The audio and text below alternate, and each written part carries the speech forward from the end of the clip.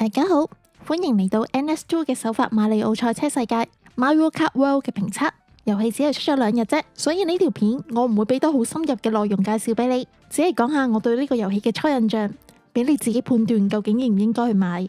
然後本人雖然係任天堂嘅 fans，但係就唔係賽車遊戲嘅 fans，所以對呢隻遊戲嘅發售冇乜太大興奮嘅感覺，所以都俾唔到好專業嘅賽車遊戲評價。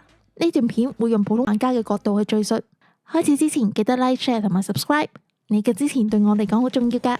首先講返馬里奧賽車嘅上一作 Mario Kart X， 其實已經係2014年 Wii U 嘅作品。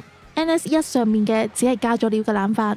作為有 Wii U 嘅人，老實講，馬車8真係幾難超越到。特別佢落水、反轉等等嘅新玩法，第一次玩嗰陣對我嘅衝擊感，即使係過咗10年，都依然係歷歷在目。正所謂10年磨一劍，2025年出嘅 Mario Kart World 俾我嘅感覺係美麗精緻，睇得出好多地方、好多小細節都擺咗好多心機落去，但係就好可惜咁冇當年嘅衝擊感。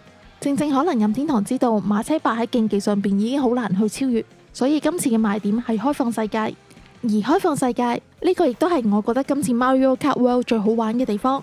今次所有賽道都係全新嘅，每一個賽道都有一個屬於自己嘅區域，你可以自由探索。平時嘅賽道嘅周圍同埋平時揸車唔小心跌落去嘅地方，就連喺海上邊你都可以自由行，可以去得到。而所有賽道加埋嘅區域，話佢比得上一個 Zelda 嘅地圖都唔過分。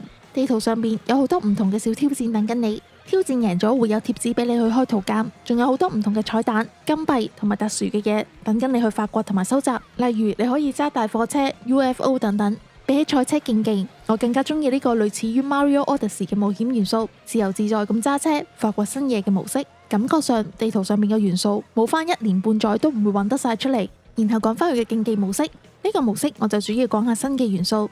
馬里奧賽車世界比起之前最大嘅唔同就係大部分嘅賽道感覺上都闊咗好多，而相對地就加翻好多嘅障礙物。雖然今次其中一個賣點係支持24個玩家，但係俾我嘅感覺更加似係開放世界條路做大咗，唔擺翻咁多障礙物，同埋24個玩家塞翻滿個賽道比例，條路太闊，競技就會變咗唔好玩。然後因為有24個玩家嘅關係，道具嘅刷新感覺比之前係快咗好多。但係除此之外，多咗玩家對整體嘅遊戲體驗冇乜太大嘅分別，或者呢個係任天堂嘅遊戲平衡性做得好嘅證明。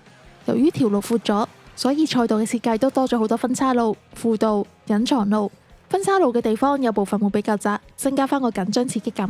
呢方面應該喺網絡連線同其他玩家嗰陣會特別明顯。但係分太多輔道同埋分岔路嘅唔好處就係，有時想出道具都揾唔到人打。而放俾第1名嘅藍龜殼，而家因為條路太闊，所以除咗第1名之外，好少會唔傷到其他人。喇叭都一樣，而電擊效果嘅感覺上就係超級加強版，捉斷停嘅時間會多咗。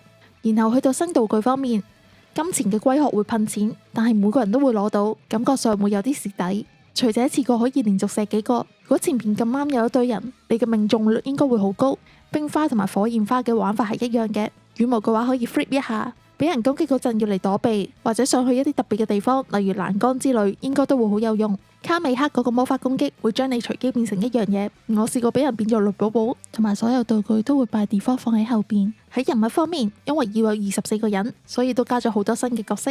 你會見到好多喺 Mario Kart 上面熟悉嘅面孔，例如企鵝啊、雪人啊、牛啊呢啲，全部都係以前賽道上面嘅原居民。順帶一提，因為我用開公主個角色係比較輕巧啲，所以覺得牛呢個角色其實都幾難用。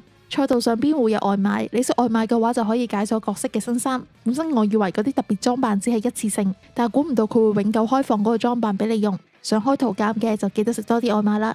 今日嘅體驗評價就嚟到呢度。整體嚟講，馬里奧賽車世界佢唔會令到你有wow一聲嘅感覺，但係可以睇得出好多地方都好用心，例如喺天氣嘅場景、光線等等嘅渲染，喺落雪嘅場地，角色嘅身上面會有雪，道具欄嘅背面幻彩效果等等。整體嚟講嘅遊戲合格有餘，亦都對得上佢嘅價格。